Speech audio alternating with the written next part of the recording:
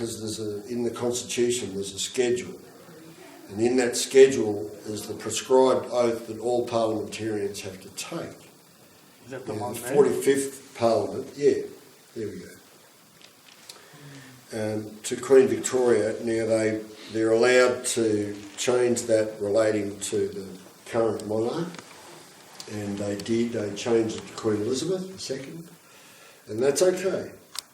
Her heirs and successors according to law. So what's that reflect? Clause 2. So where do you put that at? Doesn't it? Is that the Constitution? In the Constitution. This is in the Constitution. So what they've done in the latest Parliament is they've replaced Queen Victoria with Queen of Australia. Doesn't exist. Which we have done.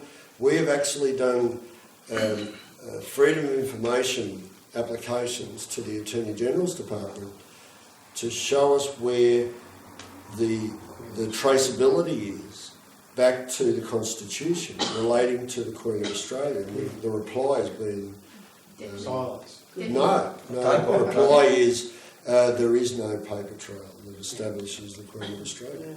But you were saying Parliament What was a about our typo. authority to make rulings as executor in equity? You're talking in the jurisdiction of Rome. I use the person's personal representative to let them know, go away, leave me alone. Even as the plaintiff. No, if you're wanting to make a Understanding ruling, independent. like you're the court, we have that power. No, not in front of the quorum. No, maybe Understand, in private. understand, when you go into a court, first establish that it is a court. Is it a quorum juris? Is it a quorum non-juris? Are they under the presumption that they're a quorum juris? If so, show us. I'm talking more about your right of subrogation.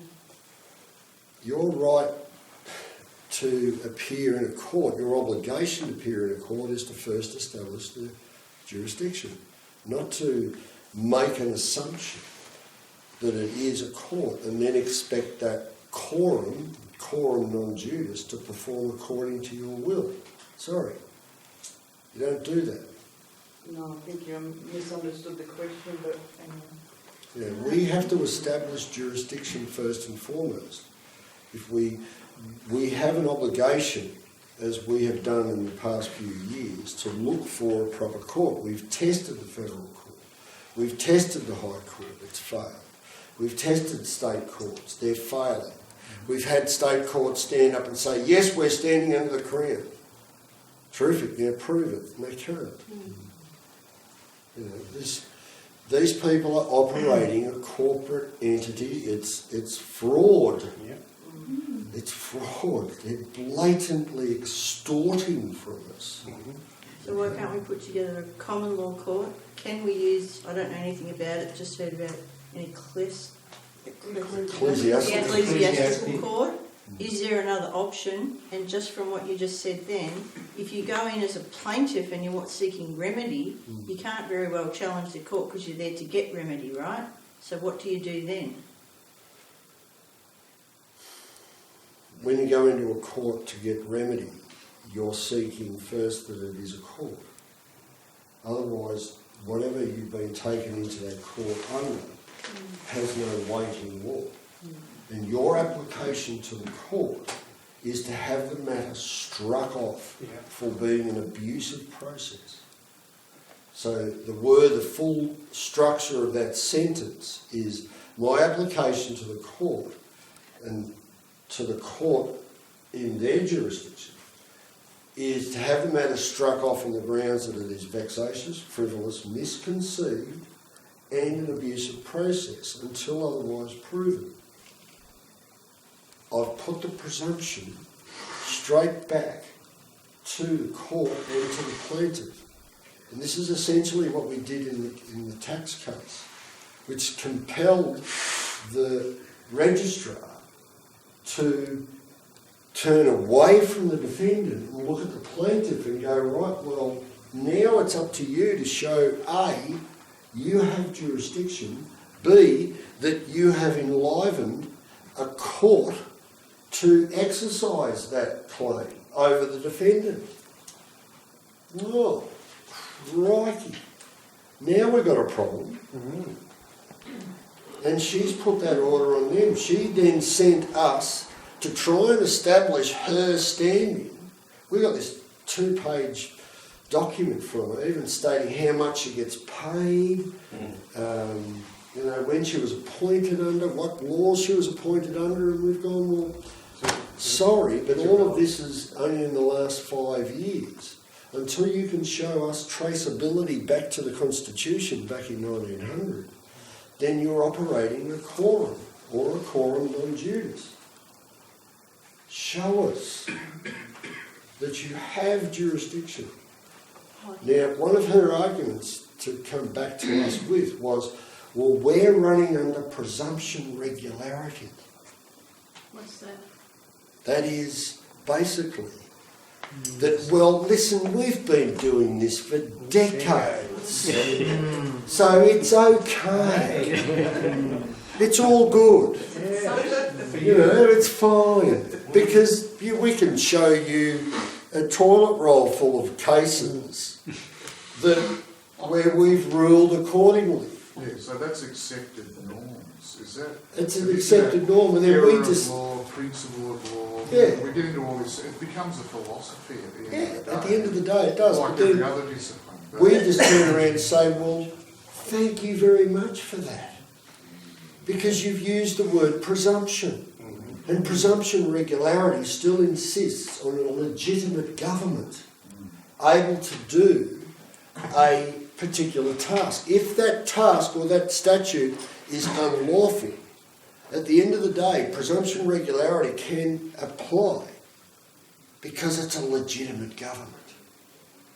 But we're saying, you guys show us that the federal government is legitimate. Yeah. Now, how far would we need to go in the Constitution to see whether this current federal government is legitimate? Section 2. Section 1. Section 1. I'll read it out. Legislative power. The legislative power of the Commonwealth shall be vested in a federal parliament, which shall consist of the Queen, a Senate, a House of Representatives, and which is hereinafter called, in inverted commas, the Parliament or the Parliament of the Commonwealth. Well, you don't have to go far. Just Google Parliament of Australia and what comes up? This bunch of muppets in Canberra. Well, I don't read the Parliament of Australia in Section 1. And they know it. So what happens if you start a political party? We have. You have, Why right? can't we run our own common law court? So, because don't you think it's a bit too complicated for most people? I know, and this is why we started up the Great Australian Party. Yeah. Okay. Yeah. And to give you an example of what happened at the last election, I was standing as a Senate member, a representative for the state of Victoria, and I was sort of running around the different booths. And I went to a couple of our booths, one out in Lilydale and one out in Berwick, where they were right on the cusp of two electorates. So they had an enormous amount of voters coming in. And the AEC, the Electoral Commission supervisor, was actually looking at people coming into the voting area to have their names ticked off. And as soon as they saw the Great Australian Party how to vote cards, they were saying, I'm sorry, but you can't use that. And they were taking them off people. And then they were coming out to our volunteers and saying, you guys can't distribute these how to vote cards. They're an abuse of the Electoral Act. I went, oh, really? Yeah. Really? Which specific part of the Act? Yeah. Oh, the Electoral Act. Rules and regulations. Well, which specific part? Come on, I want to know which specific part. He said, well, listen, if you're going to give us a hard time about all of this, I have the power to move you out to the footpath. Exactly. And all the other volunteers were standing around very interested in all of this. And I said, well, that would mean everyone else would have to come with me as well. And they sort of went away. And then he came back and said, well, I'm going to bring the police. And I said, well, I'll tell you what, mate, I'll ring them for you. But this is the sort of misbehaviour that was going on. Now, we had a lot of people who were voting for us, and there'll be a number of 30, 40 or 50 people. And yet when they were keeping an eye on the vote counts on the website, those numbers were not appearing. No. Funny It about was that. 5, maybe a dozen per. We had, Australia-wide, we had 34,000 votes. That was pretty good considering we only had a week lead up to the election.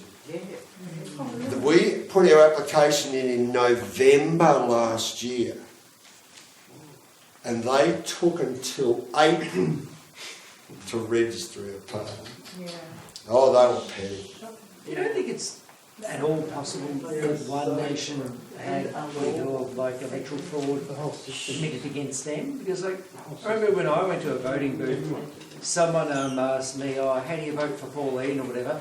I was like, oh, I'll show you. And I showed them how to do it. The guy goes, oh, awesome, can you show me too? And the whole room just started voting One Nation, and the elders had a chin wag, whatever, and they're all...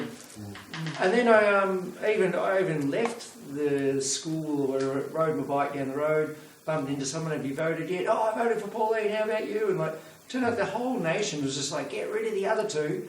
And then I was like, oh, wow, she's probably got half a chance. And then I checked out the numbers and I'm like, oh, not even close. And I was like, doesn't add up. It's like on the street, everyone was voting for, well, just not the other two. Yeah, and she had You've got to a use the biro. a strong That's what power. I reckon. She was good. Until I met her. But I voted for Great Australia. But I was just saying, it's clear the Australian public just didn't want this the on the other two. record? Until I met her. And then I saw the real Pauline Hanson. I was in the party room with all the lawyers. Talk about dark energy. Wow. I've never been in a room with so much dark energy in my entire life. But we were retaliating against One Nation and Pauline Hanson, and specifically her chief of staff. And he was ex-Liberal. He controlled every form of correspondence and every phone call. So he filtered it before it got to Pauline. But in the party room, she was probably the closest thing to a dictator that I've ever come across. She absolutely, whatever she convinced herself or had been convinced to do relating to a particular piece of legislation, she would just come into the party room and say, right, this is what we're doing. There was no chance of any form of debate. There was no, well, listen, Pauline, you know, that could be a bit of a problem with respect to blah, blah, blah. No, it's just, this is how it is. You know, for instance, the backpack attacks. So we recall the backpack attacks? So I was in the party room at that time, and she came in and she just said, right, we're going to vote for 15%. And I said, well, excuse me, Senator, but that's a breach of section 51(2) of the Constitution. And she was like, what? And who are you? Are you some sort of constitutional lawyer? I said, well... Please explain. Let's just, for the sake of argument, can we just have a look at section 51(2) of the Constitution? And she was sort of like, well, she didn't know quite what to say at that point. But Senator Roberts then, because we'd been in his ear for a number of weeks, And he diligently got up and he ran off to his office and he come back with this brand spanking new copy of the Constitution. You know, it had never been opened.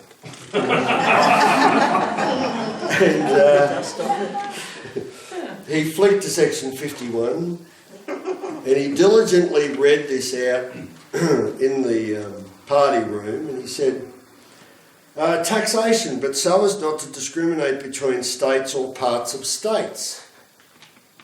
And there was just this numb silence. And sort of like, then a couple of the lawyers sort of mouthed off and said, well, hang on. No, that's only got to do with the states. I said, no. Well, Senator, could you just read the last part of that again? He said, discriminate between states or parts of states. And I said, well, according to the Quick and Garran, which is the breakdown of this Constitution, parts of states means the people. So the Parliament can't pass laws that discriminate. No taxation law can discriminate. So if the average taxpayer is paying, say, 30% tax, 30 cents out of the dollar, then when you pass a bill saying that the backpackers can only pay 15 cents, could that be seen as some form of discrimination? Yep. And the lawyers very quickly, can't argue that one. That's a bit of a problem. Yeah, just a little bit. Gee. Then there was just this stunned silence. What's the next thing on the agenda? And that's how it played out. And the backpackers tax got voted in. Our office and Darren Hinch's office and Jackie Lambie's office, we opposed it based on section 51(2). But that never got out to the public airways because, whoa, hang on, let's just look at that again. Because if I'm earning $120,000 a year and I'm paying 47 cents in the dollar, I'm being discriminated against. Hang on, what's going on? It would have undone the whole taxation system. So, you know, they were in deep trouble. Can I ask you for the third time? Sorry. Is there a reason, why can't we have our own common law courts? We can, and that's your JP. Okay. But there's a whole structure that's got to step in and take place. You need a clerk. You need to make sure that those JPs are aware of their judicial office. And I've only managed to train up a couple of JPs in my area as to what they really are. You know, it's shock and the like. But I usually take along this piece of legislation, which is read in conjunction with the Constitution. It's the Acts Interpretation Act 1901. So there's three laws that pretty much bring about Australia's foundation of law: the Constitution, the Acts Interpretation Act, and the Judiciary Act. Those three laws form that body of law. Is that 03? That's the Yeah. 03, yeah. That's the 03 one. Have you written a book by any chance? Like where you could sort of, you know, make it I'm in the for movies and stuff, you know. Have you thought about doing that? It was only that He doesn't Well, sleep what in is his just these core concepts though that you communicated tonight, and you know I'm only just giving you the tip of the iceberg. but just those basics. You've got to start off with basics if you're going to teach people. Otherwise, you know, Well, it that's just gets too Why complicated. not just put that on YouTube? No, they pull that down so fast. You wouldn't believe. Let's see, George. Oh yeah, notice Darren Dixon put that thing up on the Victoria Police Yeah. book. How can you get the book? And when Yeah, the only criticism of that video was that when he went to give the example of the, let's go and see if we can order dinner, he didn't go to post to group. He didn't go to post to group and then, you know, to refer the dinners on, as he did with the book about the Victoria Police and But judicial, back to this lady's question. You know, judicial expressions come under section 26. Now, this was repealed in 2013. And all they did was they amended it essentially. So they eliminated section 26, which is headed Judicial Definitions, and they moved it into what was called section 2B of the same Act, and it's under the heading Definitions. Okay. So we go down to a court of summary jurisdiction.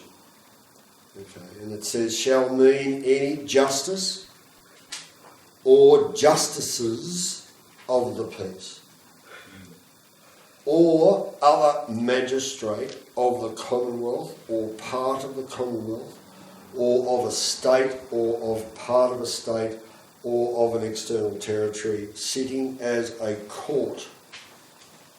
Okay, and then in brackets, other than a federal magistrate's court, because that's just a bunch of cream. For the making of summary orders or the summary punishment of offences under the law of the Commonwealth or part of the Commonwealth or under a law of a state or external territory. So they are a judicial personality. There's no doubt. They don't get paid.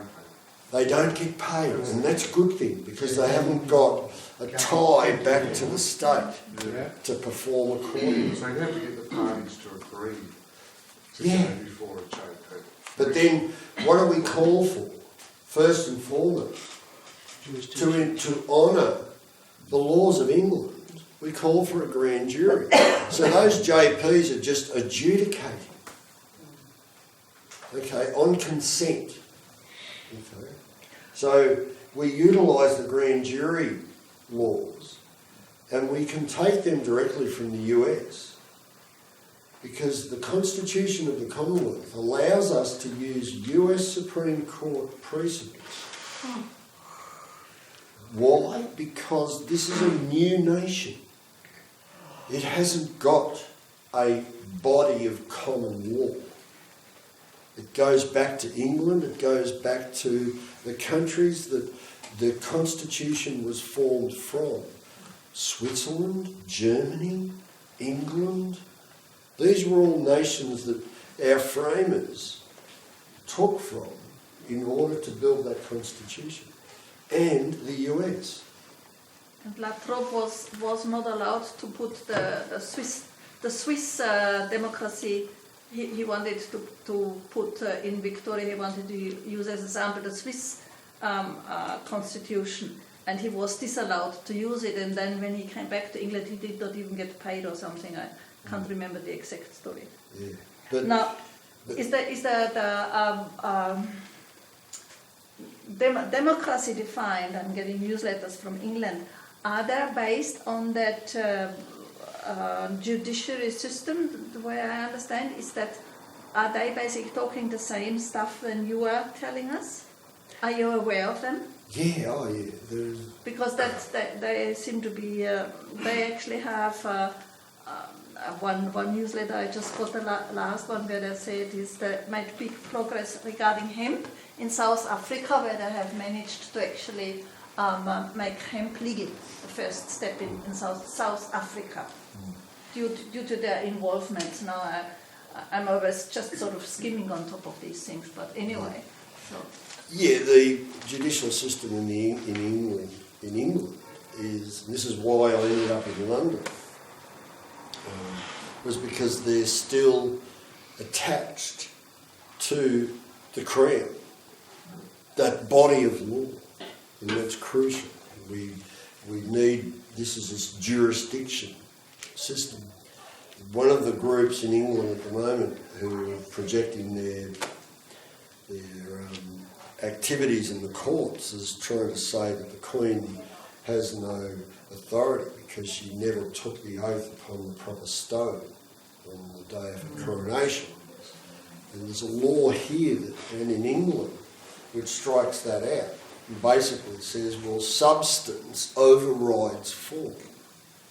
So it doesn't matter what the stone is that she was standing on. The substance of what she was saying is where her authority comes from. Otherwise you would neutralise all oaths unless they'd been taken in a particular room. It's not about the land per se, it's about the society of people and their allegiance, their state of mind and their projection towards that body of law. And this is what the coronation oath is all about and has been about for monarchs that go a long way back. And the only wedge that's been jammed in that system is through the papal law. And the papal, the Treaty of, I think, Verona, which was 1213, which inspired the Magna Carta.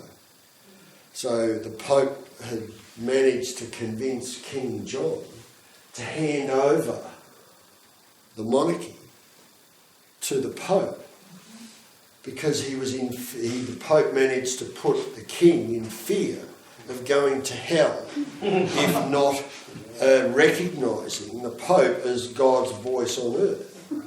And of course the Muppet fell for it and he handed the crown over to the Pope. And the Pope of course handed it back and said, terrific, now I want to get paid 1,000 guineas for every year that you possess that crown. And this is why wherever he lands in any of his so-called nations, first thing he does when he gets off the plane, kisses the crown. But the Magna Carta was the opposition to that. So 2 years later, the barons and the lords in England said, what have you done, you muppet? You know, you don't do these stupid sort of things. You don't just hand it over. You know, there's a process. And that process is, and this is where the forming of the Parliament and the establishment of the court system and the will of the people were laid into law. So 1215, 1225, 1235, 1275, 1292. They were a series of Magna Cartas that were put in place to establish that body of law that we can now call the Crown. And this is where our freedoms and our separation from the Holy See are established.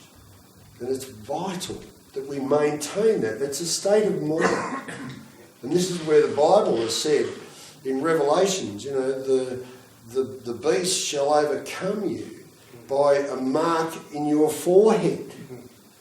And that is to convince you that no, he's got the power, not the only opposition to the Pope on planet Earth, which is the Commonwealth.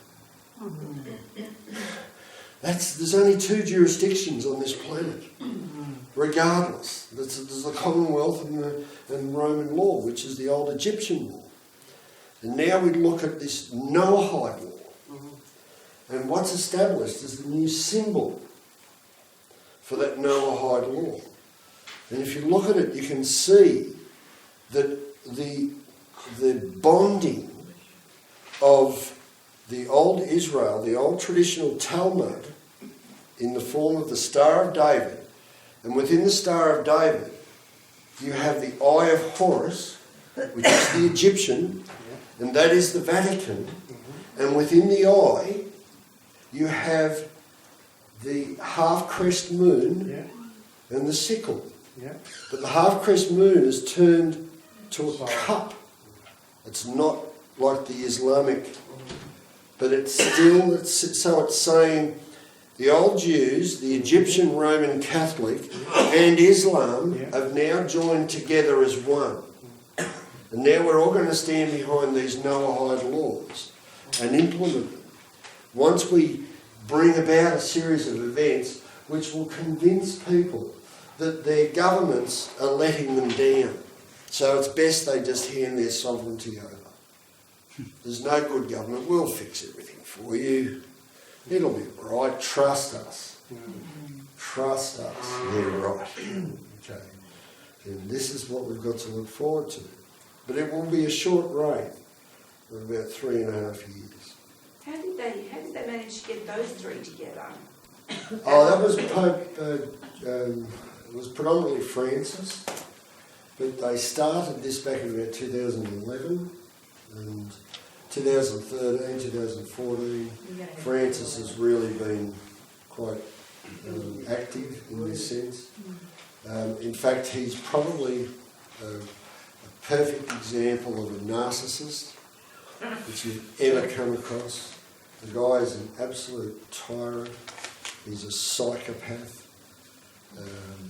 They've had to empty a number of public halls out because he goes into these uncontrollable rages.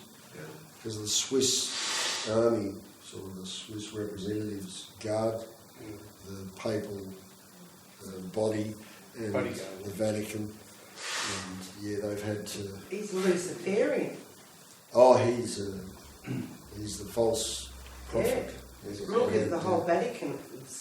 It looks like snake's eyes. And this is Egypt. Yeah. Go back to your Old Testament. Yeah. Moses was instructed to take his people out of Egypt. Yeah. And Egypt has come back through the Roman Catholicism. Mm-hmm. And this is just the harsh reality. And now we're seeing the evidence of this today. You know, the Israeli government website for about 6 months had access to public access to where the new Vatican is going to be, and they actually set up a new international zone where you need a visa to get in. And it's around the area of the Temple Mount. In Israel. Yeah, in Jerusalem. And this is many presidents were being asked by the old rabbis to please recognise Jerusalem as the new capital of Israel instead of Tel Aviv.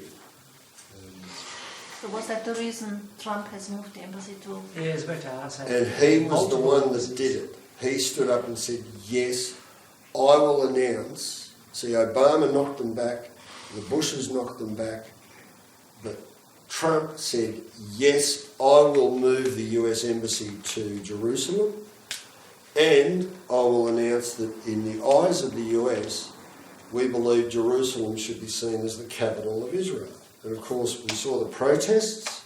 There were about 11 people killed, I think. The Palestinians stood up. It was a great mess. But this was then, the reaction from that was the Israeli government then put out a medallion. And on that medallion was the profile of Trump, and in the background King Cyrus, who was an Old Testament king who recognised Israel and Jerusalem as the capital of Israel. And on the other side of that medallion was the third temple, King Solomon's temple, the rebuilding of that temple. And that's what they're arguing over right now. There's a group in America who have said, yes, we know exactly where the old King Solomon's temple was located. All they're doing now is convincing the old rabbis that, yes, this is the exact place. Because they've always thought the Wailing Wall was the one wall of that temple. Well, it's not. That was the wall of the Roman fort. And it was the Romans that occupied that area that just utterly destroyed the second temple. Utterly destroyed it. And there's been just nothing but debate for many years as to where that temple actually stands. But now it looks like we're that close to the consecration of that third temple. And it was last Christmas, and I watched this live. It was live on television, the consecration of the altar for that third temple. Did any of us watch that? No. When was it? This was last Christmas. Free to air. Yeah. Oh. There it was, for everyone to see. They're announcing it. It's coming up. And once that third temple's built, and this medallion is the money, what they're going to use to raise money to fund the building of the third temple. And the old rabbis are putting pressure on Netanyahu and other world leaders to bring on their new leader, their Messiah. They're a weapon Who's of their judicial Messiah? power. Sorry? Who's their Messiah? We have yet to find that out. but he is The there. Antichrist. He is there. Is it? Hello? Yeah. Sorry. See, the light's in my eyes, so I can't see you. What you read out before, back to Leanne's question about the judicial power, that can be interpreted to us if you take, as I do, the tack which is out there, that when they refer to states, they're talking about estates. Therefore, they're talking about us. That's Roman. That's the trust you're talking about. Yes, but apparently that's where the term state began. They were referring to estates. They just left the E off to disguise it. Right. Therefore, they're referring to us. I mean, that may be, but don't forget that the Constitution of the Commonwealth described the body of Australian politic as a series of colonies. The word state didn't appear until 1900, at the drafting of the Commonwealth Constitution. And the states of Australia were clearly, and are clearly described in Clause 6 of the Constitution Act, which is the English part, the part that we can't touch. So Clause 6, the Commonwealth shall mean the Commonwealth of Australia as established under this Act. The states shall mean such of the colonies of New South Wales, New Zealand, Queensland, Tasmania, Victoria, Western Australia and South Australia. So no legislator can adjust that without England doing that. So New Zealand, black and white, New Zealand is a state. So do you reckon I could take that on my flight to New Zealand instead of my passport? Well, You can question the presumption of all of that too. you can, You but have to do that from a different place. but You 1907, can question the presumption of any meaning. And we're also Commonwealth public officials that can make arrests and orders But and that- put people on and all the that. power of a Commonwealth public official comes through Section 13 of the Crimes Act and Section 15F. That's why Peter and I drafted that status as a Commonwealth public official. Okay, so that's the only reason. It was two things, mainly to defend, because it brings in federal jurisdiction, and to prosecute under Section 13 in a proper court. So could you outline that to us? What are our powers as a Commonwealth public official? When is it invoked? What triggers it? And what should we do when we act as that capacity? Well, you've got to act as a Commonwealth entity, as a subject of the Queen.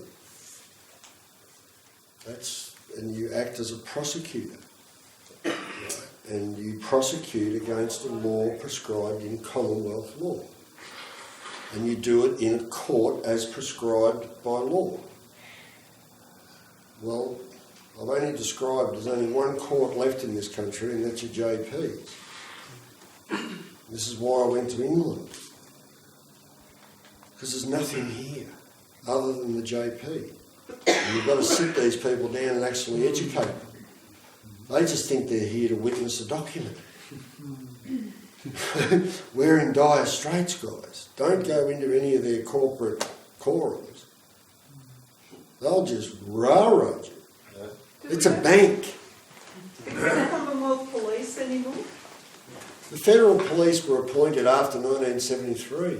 But Commonwealth police, like I don't recognise them. Don't we have Commonwealth police? No, Should we? no.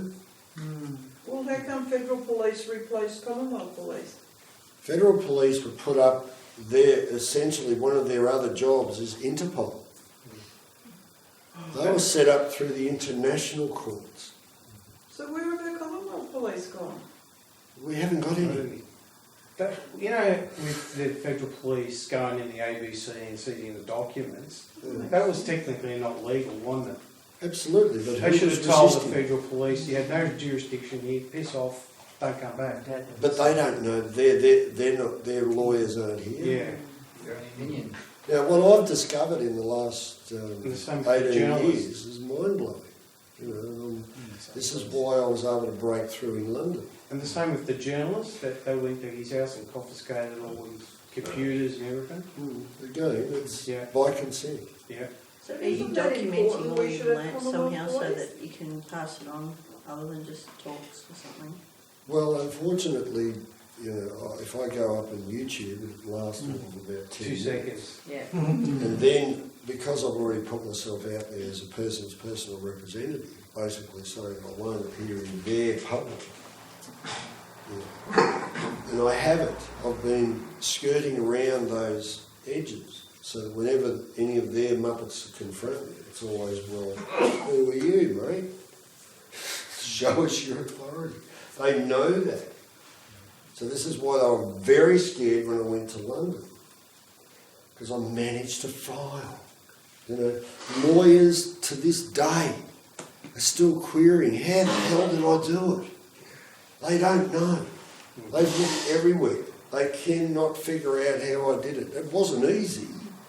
And is there an update on that? That's to the Privy Council, is it? No, that was essentially to the High Court of Justice. They've got a different structure there.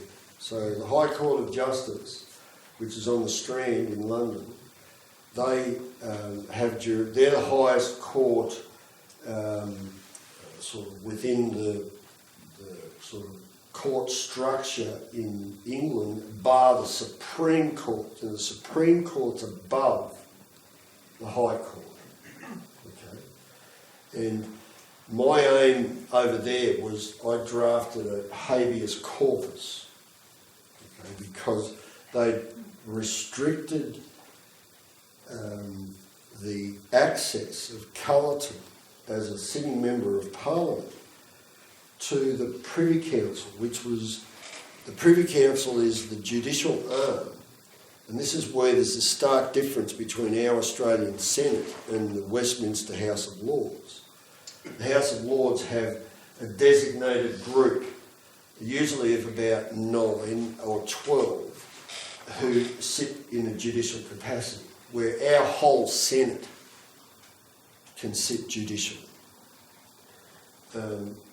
And our application was, because he was exposed to a corrupt Star Chamber court here, and because our Parliament had said don't touch Cullerton, that was all abused. So we need to put it to his peers, and his peers could only be the Westminster House of Lords and the judicial arm of that, which sits now in the Supreme Court.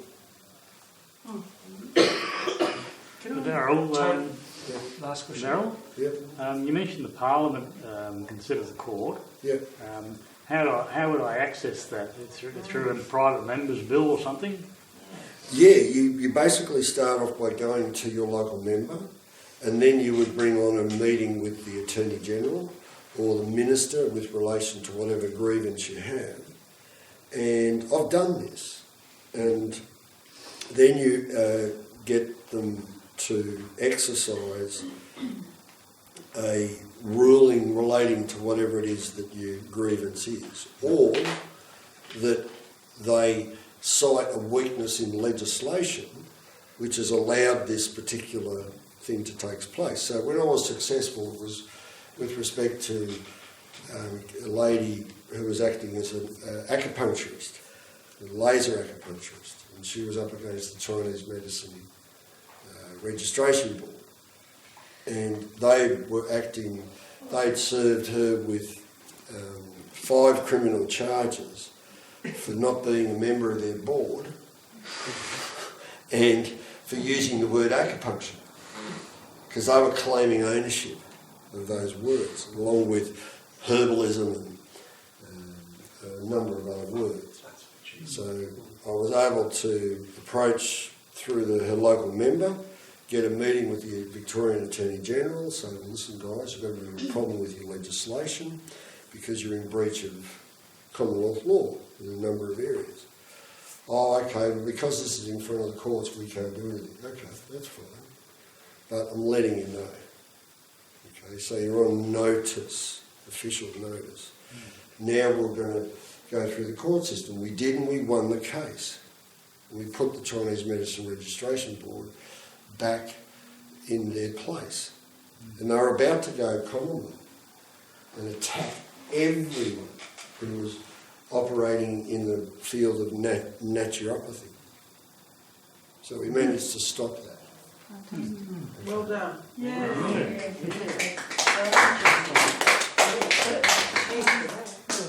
I was going to go right back to the start because I was still interested, not the start, but say 5 minutes ago, I was still interested in that there seems to be obviously this big push towards this centralised Israel, the temples, the things, and it all lines up with scriptures. And if you actually objectively hear what Russia, Iran, everyone say, they're obviously got a few issues with it, and isn't it the other really?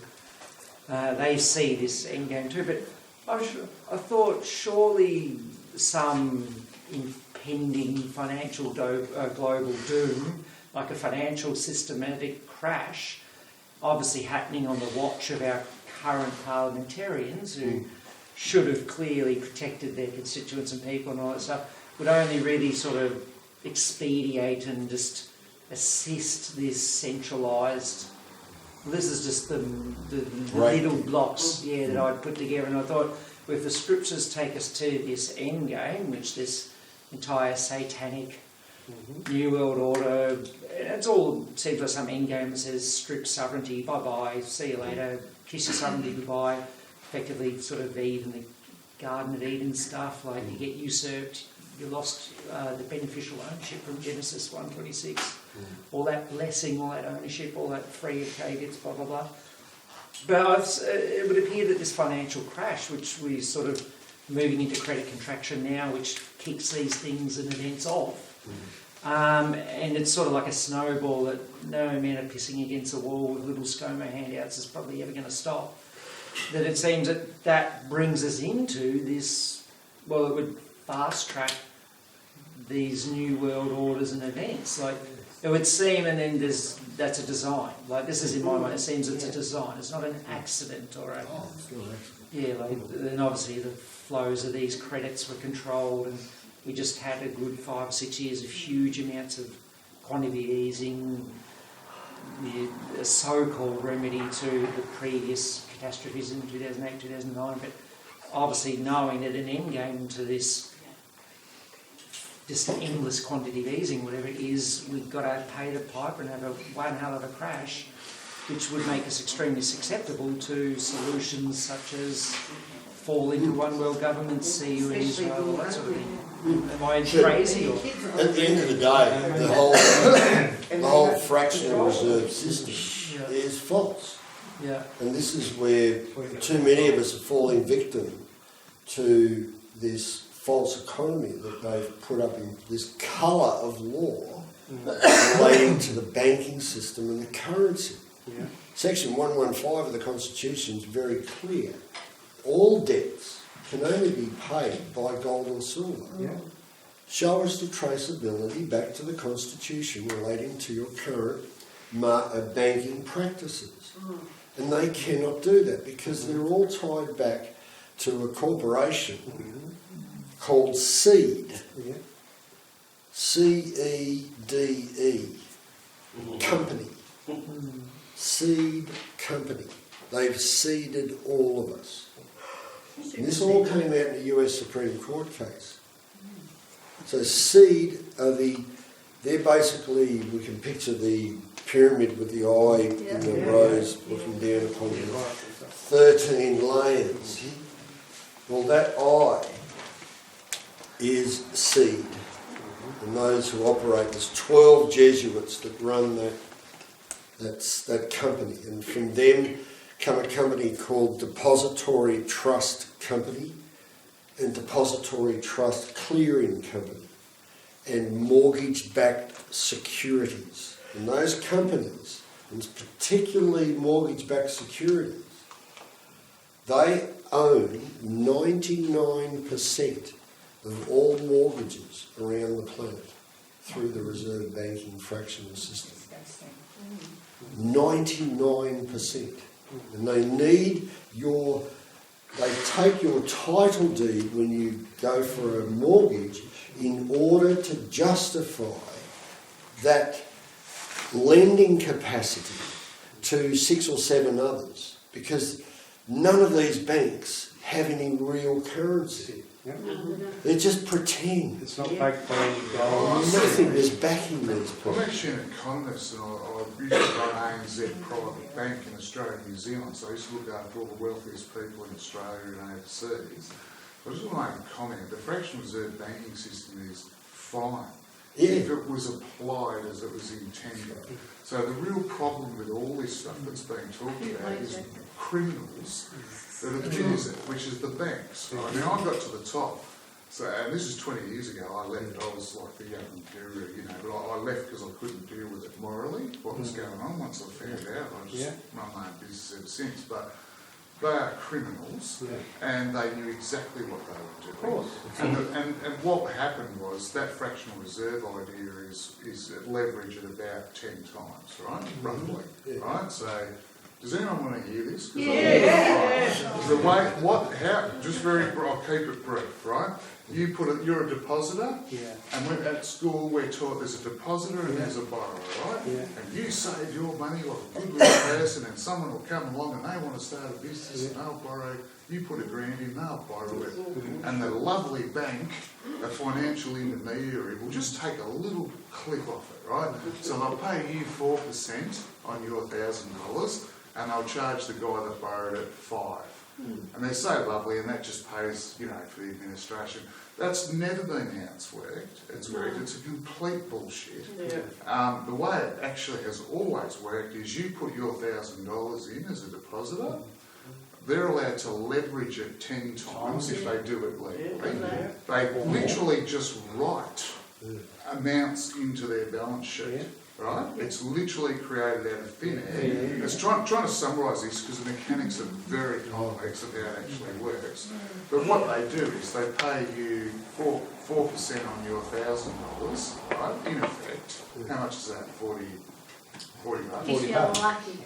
They leverage it 10 times and they charge the borrower 5% on $10,000. Does that make sense? It all started from $1,000. So they've leveraged it 10 times. So they're making $40 10 times, so they're making $400. And they bitch and whinge, and they have been in the media for years, about how our margins are getting squeezed and all this sort of stuff. Now what happened to GFC was that Bank of America, Goldman Sachs, or Government Sachs as I like to call them, because they run the planet, they leveraged up to 400 times. And the way they did that was that they used things called special purpose vehicles, which are what's called off-balance sheet items, right? So you don't actually see it. ASIC are a bunch of absolutely useless, totally useless idiots. They don't do a thing until there's a crisis, right? So they've done a little bit more since the GFC, and they've actually tried to get on the front foot, but they're still 100 years behind, right, in terms of actually understanding how the financial system works. But, however, having said all that, it's purely abuse, right? So it's the same thing. I don't understand. I'm just new to this law stuff, and I'm just taking on some idiots, and I'm doing okay. But I don't really want to know about it, to be quite honest. I'd rather stick to my field. But it's corruption. At the bottom line is power, control, versus people who are on the opposite side of the scale, which is sort of the freedom, you know, live and let live sort of thing, to try and put it simply. So all I'm hearing in your presentation is we've got a bunch of arseholes, which I've always known, behind the scenes, who I would call the shadow government. We've got the same thing in the banking system. There are people behind the scenes, I know who they are, and I could name them. That's globally, not just in Australia. Yeah, well, name them. Well, it's a long bloody list. And it's the same shit.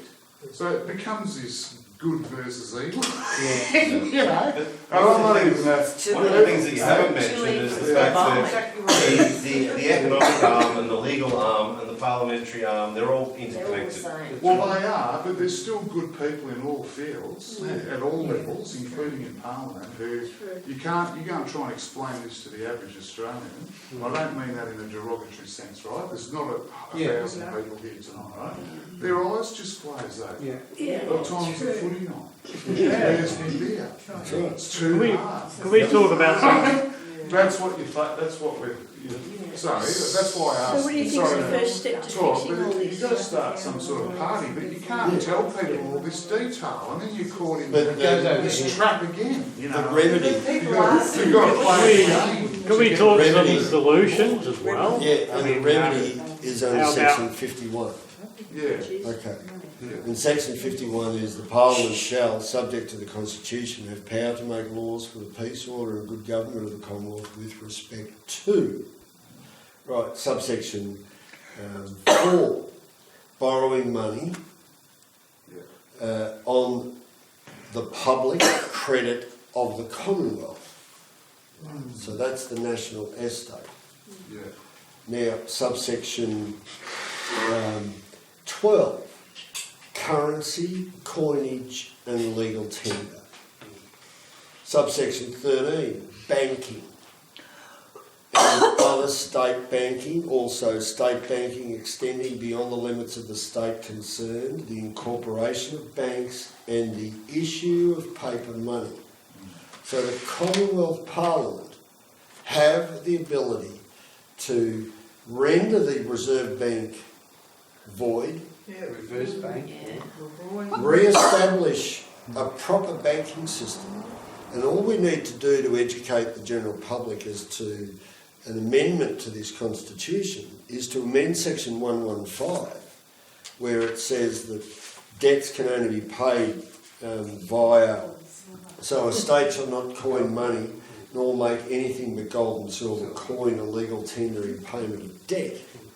So we convert that to a fractional based system where the control of the money creation, the accounts, the book entries, are under public scrutiny through a publicly based bank, for which bills of exchange are then utilised with respect to the creation of a piece of road or hospital or whatever infrastructure is required for and on the public behalf, and borrowing with respect, again, off the national estate through the number creation. The fractional system has just been abused historically for too long. You know what happened with Bretton Woods, the gold standard we did have, which we had up until 1972, which when Nixon took us off it. Yes, and put the oil in place. It's the petro dollar, but that's all very shaky as well, that whole concept, but that's what it was. So the idea being that fiat or paper money or digital money that we have today is currently, as you were mentioning, pretty much just created out of thin air. It's backed by nothing. That's devaluing everyone's money that's already in circulation. Is it unconstitutional? Yeah, it's but no one's holding those people accountable. Anyway, I'll just get to the point. The point is that even the Bretton Woods system failed because people abused it. So it's the same problem that greedy, power-hungry psychopaths, right? Israel and the rest, or that element, because lots of Jewish people haven't got a clue about this. Lovely people, you know, so I just want to make sure it's not about I emphasis. wish to separate the Jews from the Zionists. Yes, thank you. Okay, Zionists will call them the Zionists. And Rothschild is only a pretend Jew anyway. He's not even a real one. But that's what's stuffing everything. And it seems to me that right throughout history, that's always been the same problem. You've got people with lack of integrity, no morality, greed, power, control. And that's screw allowed. everything up. That's essentially allowed to run loose because we haven't got a proper judicature. Yeah. Our justice system and the lack of knowledge on how to prosecute. Don't rely on lawyers. Yeah. Be your own prosecutor in order to be knowledgeable about how do I operate in the court system? How do I take the bank how do I do all of these things? Oh, you go to a lawyer. No. You learn the law yourself. You become discerning. you become knowledgeable of the law and you empower yourself through that. And believe me, I've been doing this for many years. It is very powerful. And you become bulletproof in a sense because you're able to express yourself in a proper manner. And you're able to put those who are trying to express authority over you, you're able to put them back in their place very smartly. We've caused banks, we've caused credit cards and mortgages and the like to be just dissolved. All of a sudden they disappear because we put them on notice through proper structured questions of which they have a choice. It's through their own paperwork. And we force them into a situation where unless they can show that they have good intention, that the contract that they've initiated is valid in law, and if it isn't, then guys, you're operating a fraud, and these are the laws that I'm going to prosecute you under until you back off. We will tell you to back off this way, and they do. We don't go to court, we do it through paperwork. So how do you, I know you, sorry. I might want to go back again to this Israel thing, building the third temple. What is your expectation or anticipation once the Pope is moved into there? Will that governance from Rome, will that then disappear, or will it get stronger? How is that to be seen? Yeah, once the temple's built, then they're not going to move to that stage until they're sure that the countries or the nations that form the basis of the Unidroid body will consent easily to handing their sovereignty over. And once that's achieved, then this entity will enter the temple as the leader very temporarily and fulfill prophecy. But it's also mentioned that we can stop this at any time. That's why we are going to do meditation. How? Yeah. Knowledge. It takes numbers. It's statistical. There's a critical mass. Once enough people are aware of where the deceiver actually sits, the false prophet, and how he's been lying to us for centuries, then the people will step back and go, well, wow, okay, time to move forward, isn't it? They'll look for direction. Yeah. Is there a mentor network when you're learning to become your own prosecutor? Essentially, this is what CLRG was about. It was teaching people the law. So you put questions to those who were running those meetings, and they would put up particular statutes and give you a direction. There's also, now the internet has many court forms and the like, and you can utilise that in order to, and it's just education through the websites that each of these courts have and the legislation. So OSLE, that's a very good website to look at these laws. That's a public database run by universities all over the world. And you've also got the Attorney General's website, which is ComLaw, COMLAW. And that allows you to see federal legislation and the amendments. And it's just growing bigger and bigger. And a lot of lawyers have no idea because they just keep adding to it, amending, moving stuff around. It's just a mess. But CLRG was that? yeah, the Community Law Resource Association. CLRG, not CLR. I ran the CLR. They always say, but don't take this as legal advice. Have you noticed that?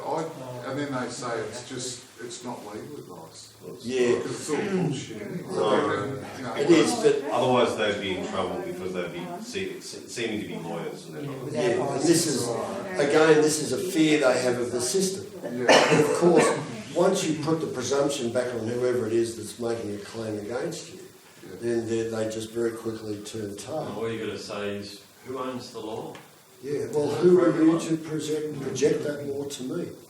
No more, who are you to project that law to me? So whoever it is that's making the claim, well, who are you to project that law to? I think it's to do with liability as well. So if you take that as advice, I should act in this manner, and the consequences, possibly by virtue of the fact that they might have done the wrong thing, causes them to suffer a loss, then they might then sue. It's also that.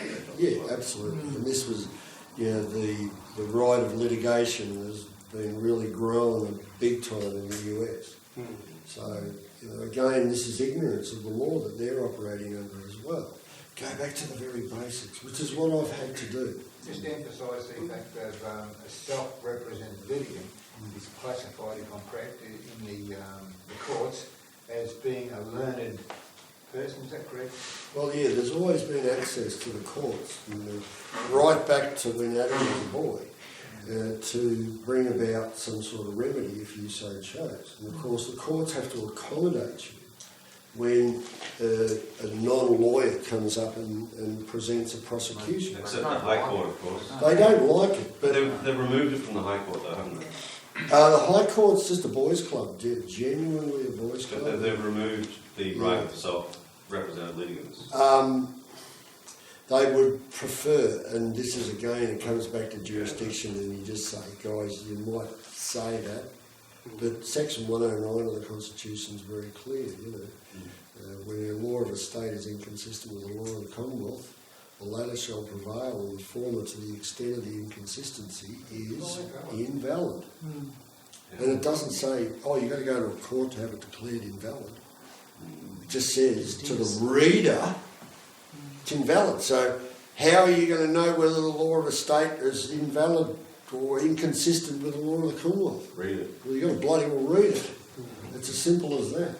And this is what it's all comes back to. So Darryl, can you comment please on a rumour I've heard from several sources, perhaps even Mike, that the DPP, and in the Chase Walker case, this happened in Sydney Supreme Court, where the DPP came in and took over a private prosecution.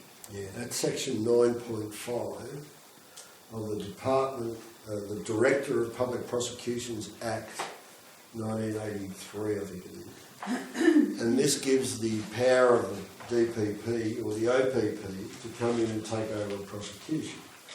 And of course, in order to do that, and this is how we managed to stop them in Culleton's cases, was guys, show us the authority for that legislation, please.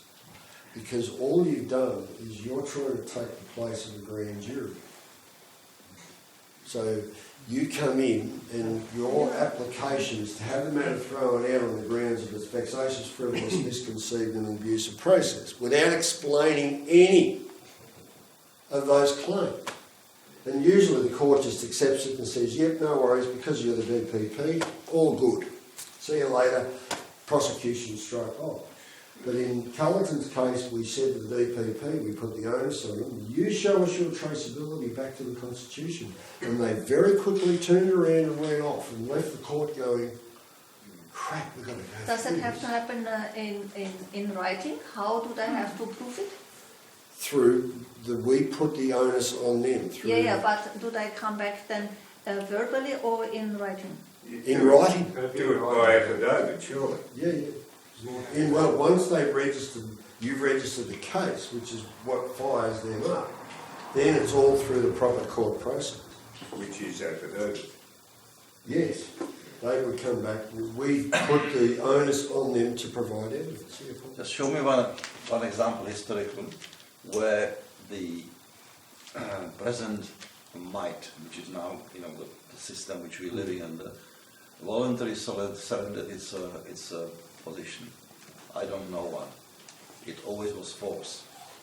It gets worse and worse and worse until people can no longer take it, and then they have to use force. Look at Hong Kong.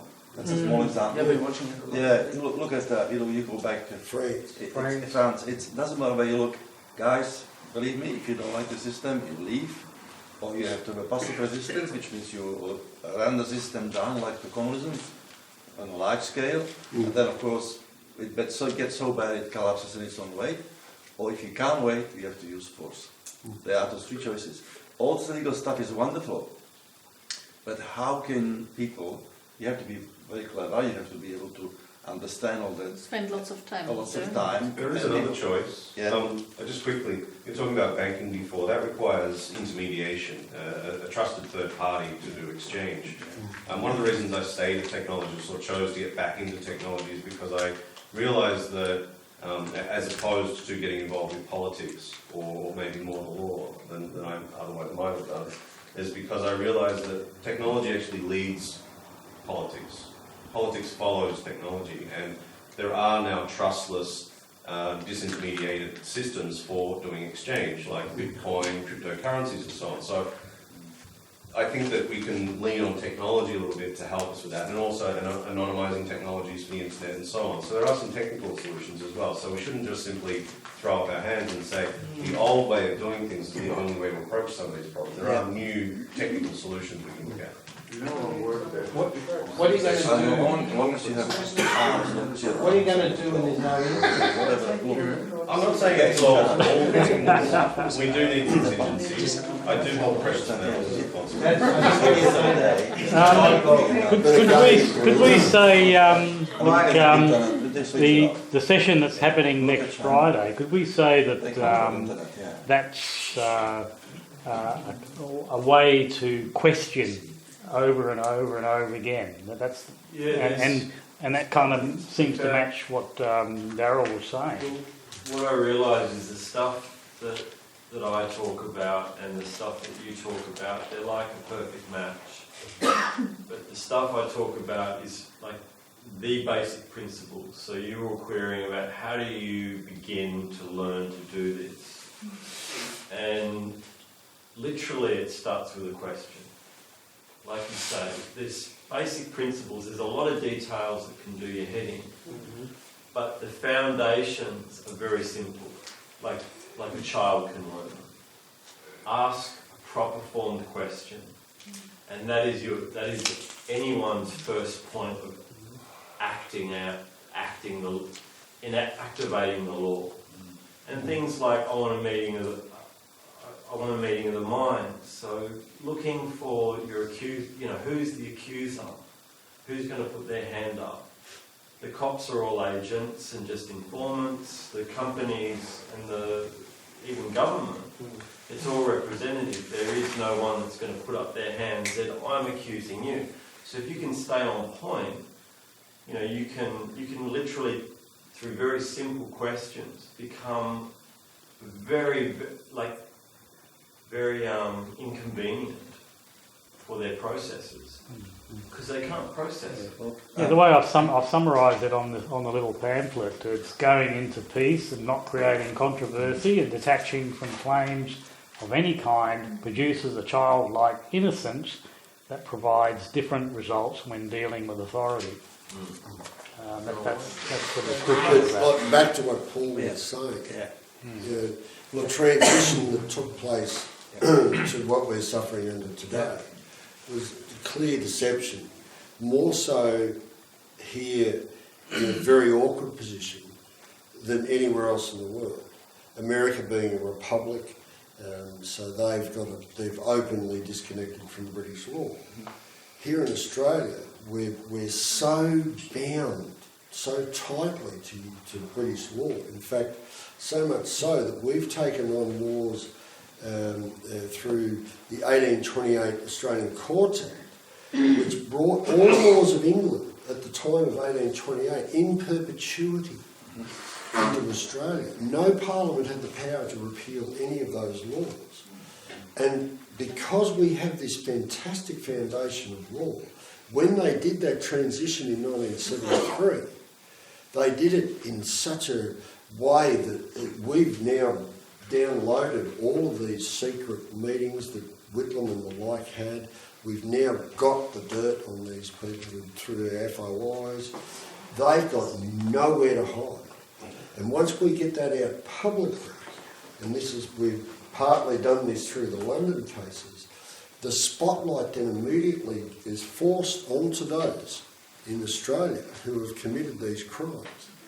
And those who have been upholding them will be, again, like the rabbit in the headlights. And they will have nowhere to go. And then there'll be people here looking for a direction as to, well, what do we do and where do we go? Well, this is the first place. We re-establish that government. Yeah, but they will not surrender power.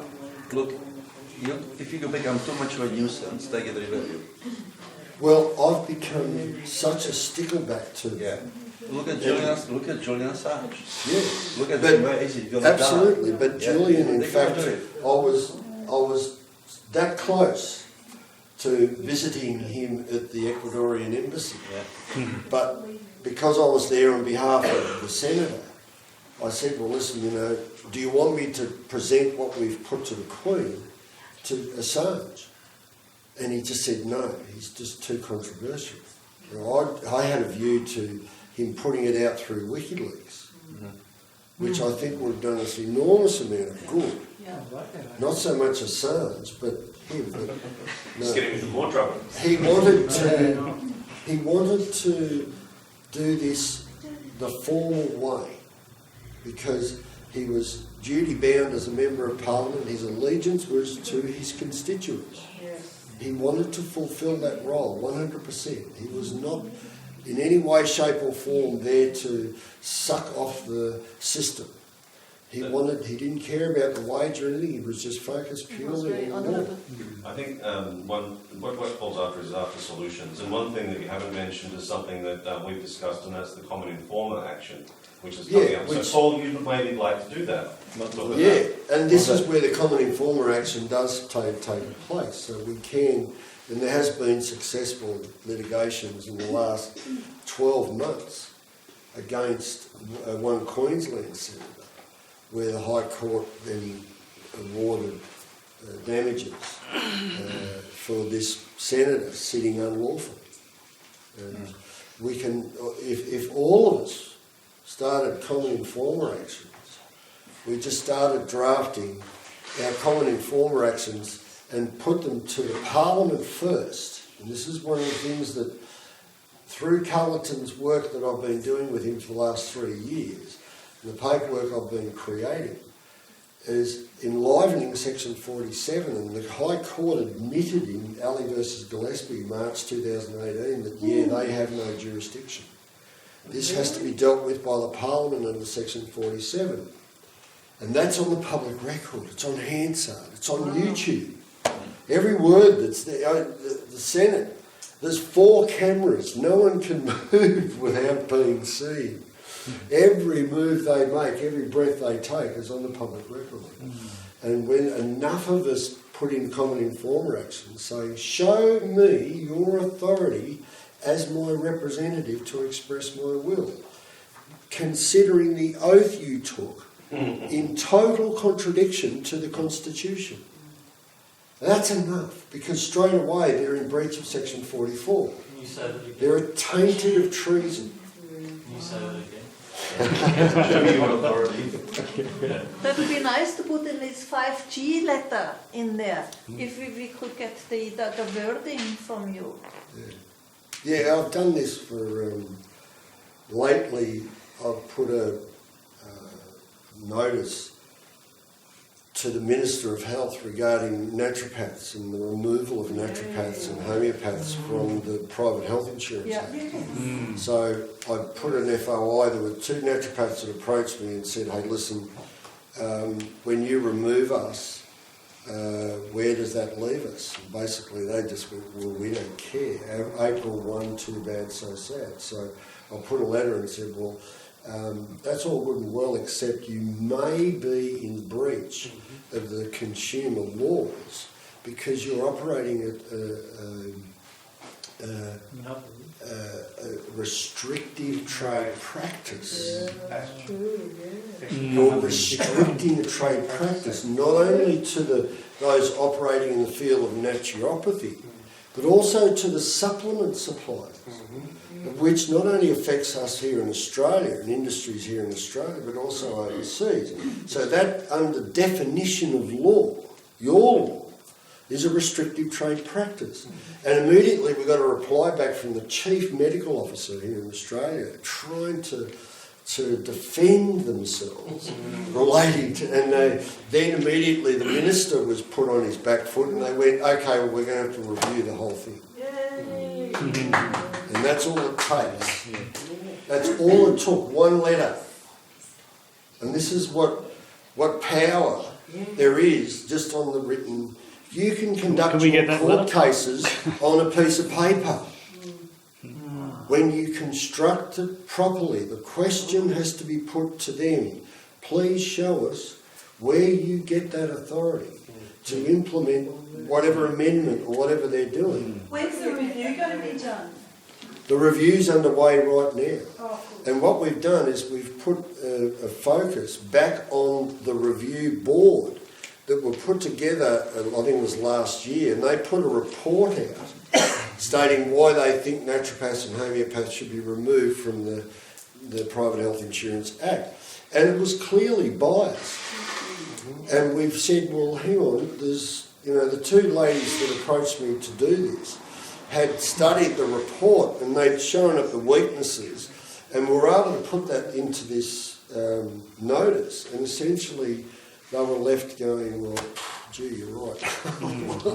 We did screw it up. Can we look at resuming all this at another time? I've got 2 minutes left on the video. Good timing. It is. But I think we've covered a lot of ground, and we could somehow keep this going.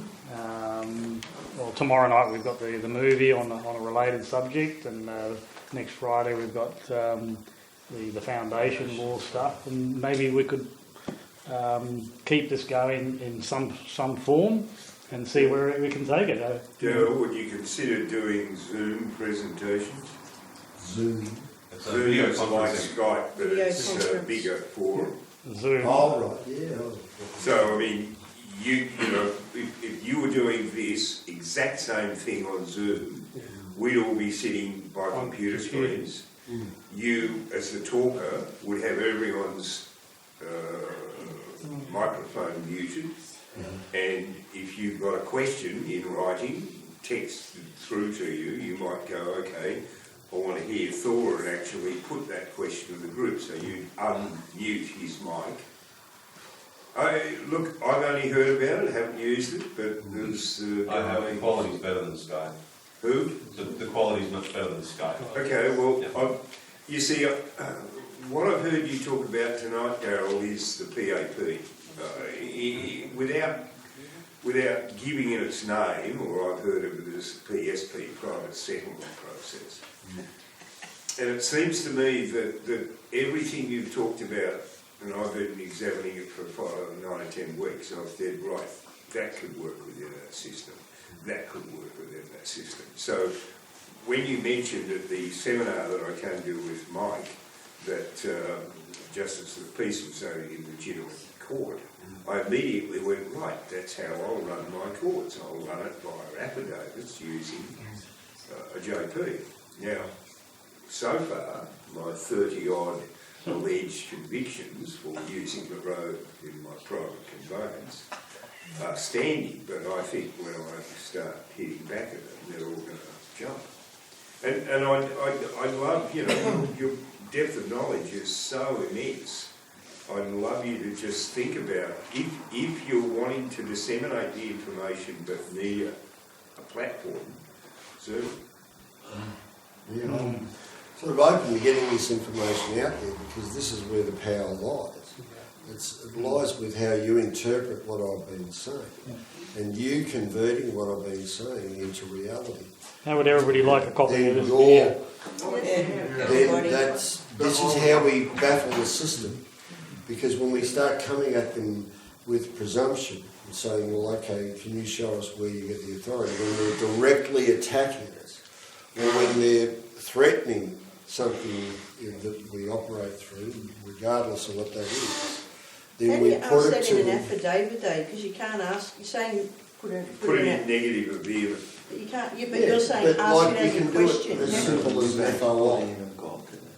And when a properly structured FOI, a lot of people write FOIs and they just get no reply because it doesn't make any sense.